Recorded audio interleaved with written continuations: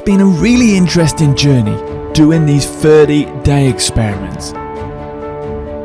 Improving in different areas, improving on moves that I never thought I'd really be able to do. It's great to focus in and get better at these moves.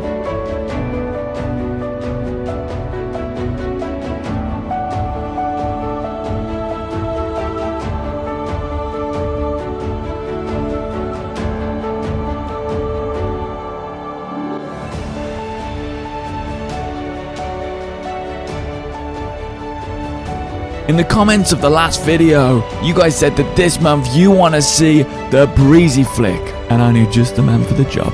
That's right, it's the mean staring, Rolex wearing, kiss stealing, wheeler deaning, limousine riding, jet flying, son of a gun, the Raidmeister General, Raidmeister. You guys know him, he's a legend. He's a record breaker. He has broken so many records on the stream. And let's just quickly mention as well, former 12 Titans 2 player playing for the qualifying spot, former top 4 in the whole wide world at 1v1. If there was anyone who could teach me the breezy flick, it was this guy. So I went into a game with Raid and asked him, how exactly do you do the breezy? Break it down for me. And he said, you know what? It's actually simple, but requires a lot of practice. And I said, well, that's what I've got, baby. He said it's all about the tornado spin. The tornado spin is done by moving the joystick in one way whilst air rolling in the opposite way. We covered that last month in the rapid reset video. You jump and whilst holding the A button to get more height, you tornado spin until the nose of the car is facing the sky. And by this point, the bottom of the car will be facing the screen. Once this happens, you let go of air roll. You continue to push the joystick in the direction you were, which will cause the car to rotate until it is facing the ground. Once in that position, all you gotta do is backflip. Sounds simple, and it kind of is, but it's all about muscle memory. So week 1, all Raid had me do was practice the inputs. Tornado spin, let go, let the helicopter happen into the musty backflip. That's all I did. Just went around the pitch doing that. And at first it was difficult. At first it felt weird. But after a week of solid practice, I was actually able to orientate around the map doing it. And I could see the potential for this move. But man, was I excited to get the ball on top of my car. Week 2, and it was finally time to get that ball on top of the car. At first I noticed that after a week of solid practice just doing the inputs, it came relatively quick. There are a few differences, however, from practicing it in free play and practicing it with the ball on top of your car. Obviously the dribble had to be correct, but also the weight of the ball tended to change the input ever so slightly. There was a very slight delay from lifting up the ball. And I remember the first night practicing this, I didn't think I was going to be able to do it because there was nothing coming from the ball. It was very, very weak hits. And after about day 3, things started to fall into place. The flicks got a little bit stronger and a lot more consistent. And that was a great start. So I continued to practice for the rest of the week and actually hit some really, really cool shots, which I'm very, very happy with at this stage. But I need to get harder flicks and I need to do them even more consistently because I've only got 10-15 minutes to shine, baby. When it comes to that 1v1, I gotta land them. I gotta make them count. Week 3, and with the continued practice, I was getting better. I'd had some really, really good flicks, which I was really proud of. On the whole, I was finding my own way to do this flick. I didn't boost on the tornado spin as I found that would push me away from the ball. Instead, I would hold A whilst doing the tornado spin to lift the ball upwards. Then I would boost whilst doing the helicopter to get under the ball for the musty.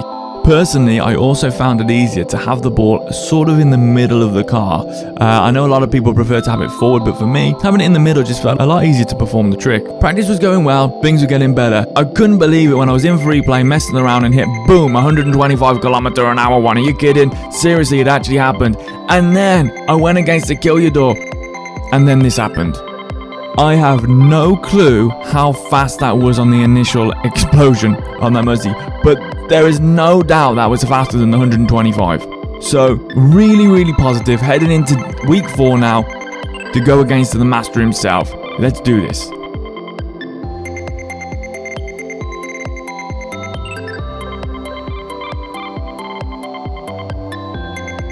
Here we go. Week 4. and this week's practice has gone A-okay. So when I went against the raid, we used the Octane, and first of all, we were just trading miss for miss, save for save, and then I managed to open up the scoring. It wasn't my best, but it was good enough. I'm pretty happy. I got 1 on the scoreline there. Raid though, he fires back straight away, ba-boom, and it went into overtime, and then that's when I did this. Pretty good, happy with it, and it counts. Into game 2 we go, and I got a 1 game lead. That is phenomenal for me. I'm really chuffed at this point. After game 1, I felt like I was missing a lot, so I decided to not only switch cars, but also switch colors. I am now in the blue skyline. Game 2 though, we both go low on the first one, and then raid is popping off, and then I made the greatest save of my life.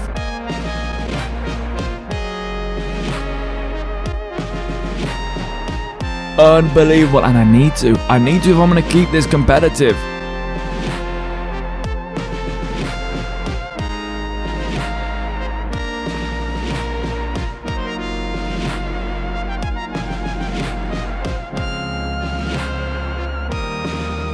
Raid fires back at me, I fire back at Raid, and we are now starting to pop off against each other.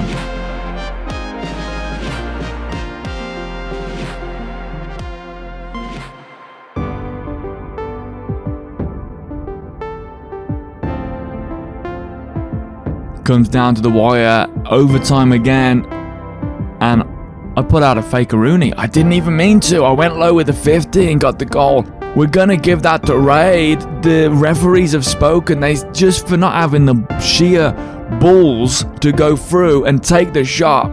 You're out, baby. That's 1 to Raid. 1-1 going into game number 3.